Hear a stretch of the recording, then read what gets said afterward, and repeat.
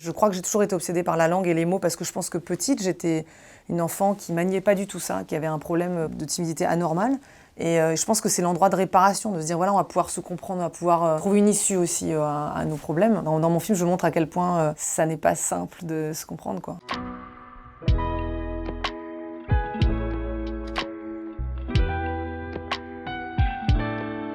Ce qui a vraiment nourri le film, je pense, à l'origine, c'était l'idée de placer un enfant au centre du tribunal et de cette machine judiciaire qui découvre en fait l'histoire de ses parents et que ça passe par son point de vue, si je puis dire, même s'il est malvoyant. Et l'idée que quelque part, le verdict pourrait presque reposer sur ses épaules. Tu peux pas me dire qui était le plus énervé des deux? Non. J'ai jamais écrit autant pour un enfant et ça a été sûrement nourri aussi par le fait que j'avais une fille à ce moment-là quand j'ai commencé à écrire qui avait 9-10 ans. Voilà, je me suis dit en la regardant, mais qu'est-ce qu'elle sait de moi, de ma vie. Le film n'est pas autobiographique, mais disons que ça a projeté quelque chose, un désir en tout cas de parler de ça. Ça a déjà démarré par un raté. On a cherché cet enfant pendant des mois et on n'a pas trouvé. Après, on a ouvert le casting à des enfants voyants. Ça a été encore un échec pendant pas mal de temps. Moi, je cherchais un espèce de mélange entre Jean-Pierre Léaud et l'enfant du sixième sens. C'est compliqué de trouver ce genre d'enfant avec cette maturité-là, ce côté très cérébral. Et c'est vrai que Milo est arrivé à la toute fin. On a été assez subjugués par son casting. Et on s'est dit, voilà, on a un enfant qui va peut-être pouvoir incarner ce rôle. Et on va essayer de l'amener vers ce personnage de Daniel, quoi.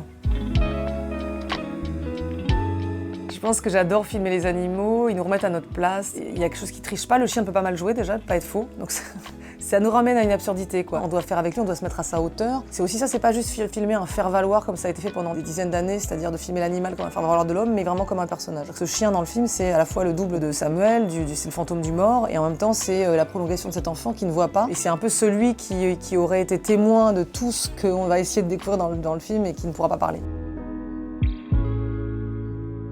Déjà, moi, j'ai passé beaucoup de temps en fait à aller dans des tribunaux quand j'étais plus jeune. C'est un lieu qui m'a toujours inspiré, fasciné. Il y a aussi un aspect très très grandiloquent et tragique de cet endroit-là. Nous, on a travaillé, Arthur et moi, en binôme, mais c'est vrai qu'on avait tout le temps un référent qu'on appelait, qui s'appelle Vincent Courcel-Labrousse, qui est un avocat pénaliste que j'aime beaucoup, qui adore le cinéma. Dès qu'on avait un souci d'écriture, on lui demandait mais Vincent, est-ce que c'est possible de faire ça, etc. Donc il nous a déjà beaucoup aidé. On a essayé d'oublier un peu tous nos fantasmes de films américains. On a des réflexes en fait tous, les Français, mais pas que les Français, parce qu'on a vu trop de films américains. Objection. Objection? I object, Your Honor! To yourself? Il y a plein de procès, on a l'impression que les gens sont crevés, ils ont faim. Il n'y a pas cette espèce de sentence, ce côté sentencieux qu'on voit beaucoup dans les fictions. Et ce qui fait que souvent que j'en regarde pas beaucoup parce qu'en fait, je trouve que c'est très mal représenté. Ça va être un documentaire, pardon. C'est le film Juvenile Court de Weizmann. C'est un tribunal pour enfants. Et c'est très beau parce que Weizmann filme l'institution comme personne. I see entirely too many cases like this, Mr. Greer, where youngsters get into trouble because parents leave pistols around in a home where they can get a hold of them, and there's just entirely too many pistols in circulation. On peut pas voir un film où on ressent le plus comme ça la peur d'être emprisonné 20 ans. Et en même temps, il nous fait aussi accéder à la machine judiciaire de l'intérieur, c'est-à-dire vraiment comment ça se passe. La peur aussi de ceux qui vont administrer un jugement. Donc c'est très très beau. Je pense que c'est un des films les plus puissants que j'ai vus. Cannes, moi je suis tellement reconnaissante de celui-là, c'est le lieu qui à chaque fois vient clôturer vraiment le montage. Moi qui suis quelqu'un qui a beaucoup de mal avec le fait d'arrêter de travailler sur le montage, c'est l'endroit où je peux plus toucher à mon film. J'ai toujours senti une bienveillance et j'ai toujours senti... Après Cannes, c'est un endroit violent, c'est un endroit où on peut aussi être secoué.